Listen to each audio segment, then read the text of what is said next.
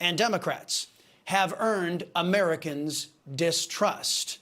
It's the natural consequence of a party that adopts socialist and communist policies, and that drives our analysis in tonight's preamble.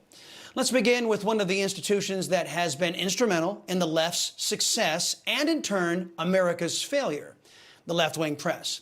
Because the press is dominated with left-wing zealots who are not committed to reporting the facts and letting the people decide, because the press is instead a shill for anti-American leftists, trust in this once valued institution has plummeted. Simply put, all of the pain America is enduring is because the press put their party before facts and our country. Americans have come to realize that people at ABC, NBC, CBS, CNN, MSNBS, and their local stations, along with the New York Times, the aforementioned Washington Post, and others, lied to all of us, in particular, about the threat that Joe Biden, his family, and his party posed to the safety, security, and prosperity of our families, communities, and states. The best summary I can find to illustrate the collective stabbing in the back of the American people by the corrupt press is this moment of honesty, rare honesty, from the fake news over at NBC. I think it's become clearer that fairness is overrated. Well, before you run off and tweet that headline, let me explain a bit. The idea that we should always give two sides equal weight and merit does not reflect the world we find ourselves in. That the sun sets in the west is a fact. Any contrary view does not deserve our time or attention. Decisions to not give unsupported arguments equal time are not a dereliction of journalistic responsibility or some kind of agenda. In fact, it's just the opposite. And thus, Lester and the vast majority of the press have declared the GOP and conservatives and their points of view, well, they don't deserve equal weight when compared to their favored party, the socialists, the communists, and the Democrats. Thus, people in the press think they have carte blanche to be unfair. And that's good for Democrats.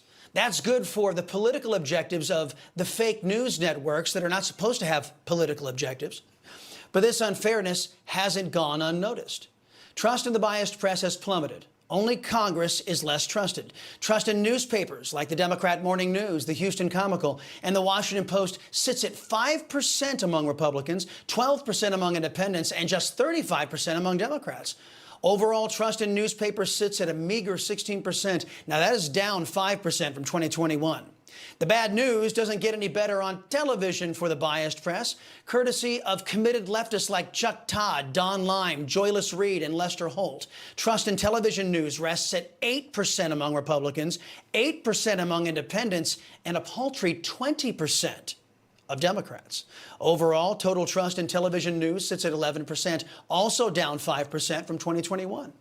Don't shed any tears for the woke press. The woke corporate titans set up these little networks and their talent to fail by not practicing time-honored standards for news and news reporting. Let me illustrate some examples of this. Jill Biden, or as the left-wing press insists that we call her Dr. Jill Biden. She traveled to San Antonio, Texas yesterday. This was the regime's response to poll numbers showing that Joe Biden has only 24% support among America's Latinos. Here's what Jill had to say. Raul helped build this organization with the understanding that the diversity of this community, as distinct as the Bogotas of the Bronx, as beautiful as the blossoms of Miami, and as unique as the breakfast tacos here in San Antonio, is your strength. Okay, first, what the hell's a Bogota? Shouldn't someone with a doctorate know what a bodega is? Secondly, reducing diversity in the Hispanic community to bodegas and breakfast tacos is at best patently offensive. At worst, it is a racist debasing of individuals, not recognizing our God-given talents and trying to pigeonhole us into a convenient niche to be used for the Democrat Party's political purposes, only to be discarded after the election. Now, I'm being very blunt and truthful because I, as your liberty-loving Latino, am in natural conflict with anti-American leftists like Jill Biden. I have never trusted these people. I also recognize that this administration is run by know-nothing left-wing extremist millennials who are so incompetent, so lazy and foolish, they can't even pander effectively. But even their leftist allies, the National Association of Hispanic Journalists, had a hard time excusing away this latest example of Democrat racism, saying, quote, NAHJ encourages at FLOTUS and her communications team to take time to better understand the complexities of our people and communities. We are not tacos.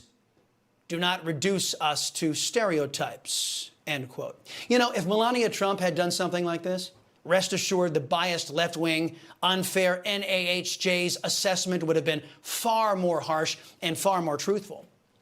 The next example comes from Jill's husband, Joe.